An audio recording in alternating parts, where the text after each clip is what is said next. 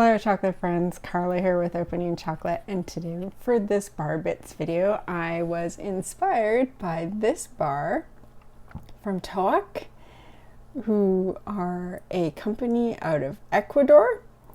They're a cacao maker known for their heirloom nacional cacao and also for having the most expensive chocolate in the world. So that's topic for another video, but today I was inspired by this bar, their Amazonian ants bar. So this bar is interesting enough on its own because it does, yes, actually contain ants in the chocolate. This is a little bit unusual form of food in the global north, more common in other areas of the world, but I wouldn't say it's a super common form of protein.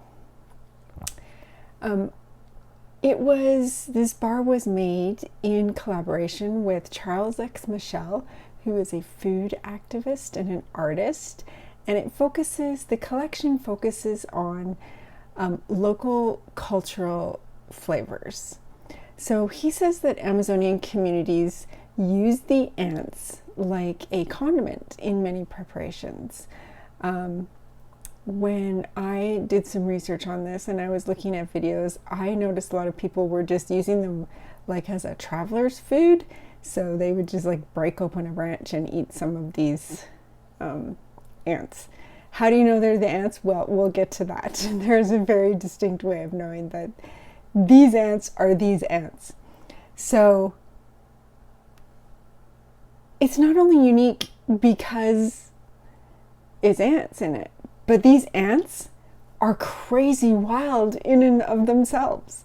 So, okay, let me make sure I'm going to get this name right. The scientific name of these ants is Myrmellocista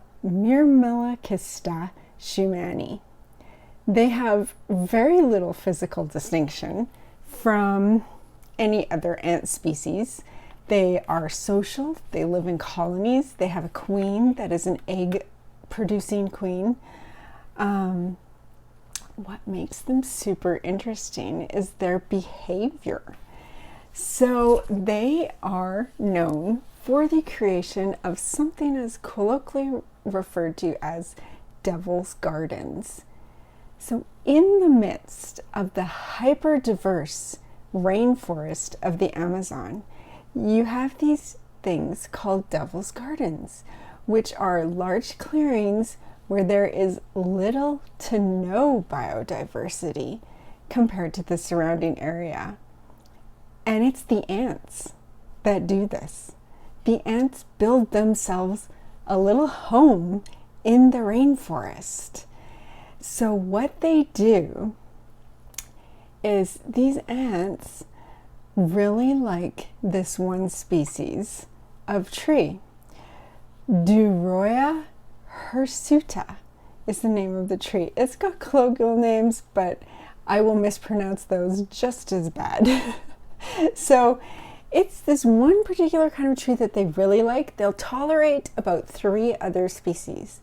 But when they see something in their designated area that is growing, that is not this particular tree or the 3 other trees, they will inject formic acid en masse into the leaves of the undesirable plant species so that they die. Like within 48 hours, these things die.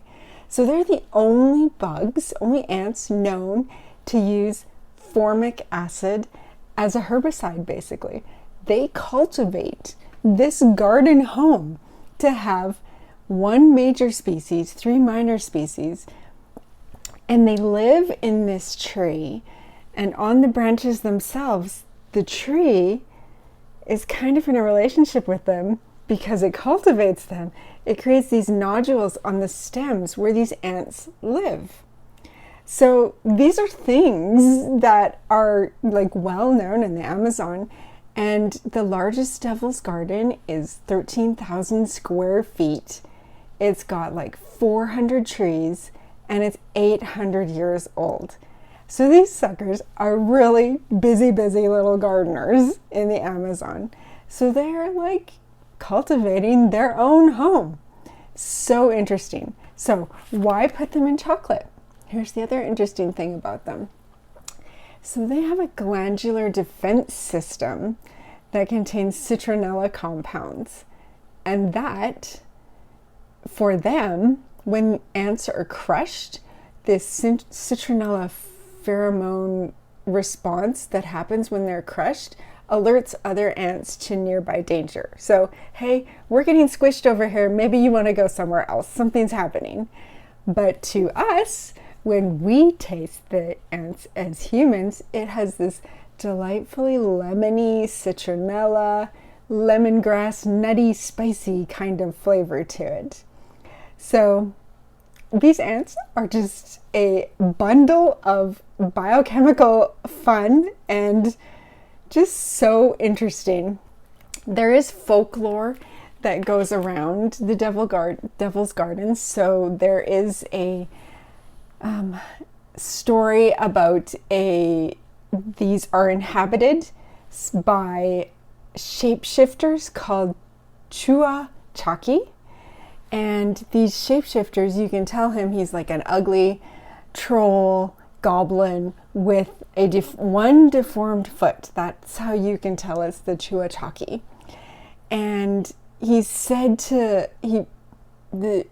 past folklore was that he was said to lure people into the Devil's Gardens, never to be seen again. But recently, that folklore has transformed a little bit with the deforestation of the rainforest and a switch in who is now the bad guy. So he's recently been transformed into more of a forest guardian who protects the rainforest from those that bring harm. So I think this is all so interesting to revolve around this bar.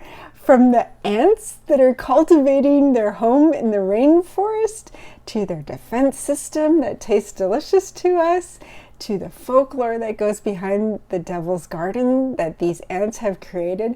Super interesting story that goes behind this bar. So don't be afraid to try it. You will survive eating ants and chocolate, and you might even like it. And if you have tried it, let me know. Let me know what you thought. I think it's a super interesting story that goes behind the bar, and I hope you learned something now that I've shared it with you. So that's today's bar bit video, and I hope that you will join us next time as we share more interesting things that have to do with all things chocolate. We'll see you then. Thanks for watching.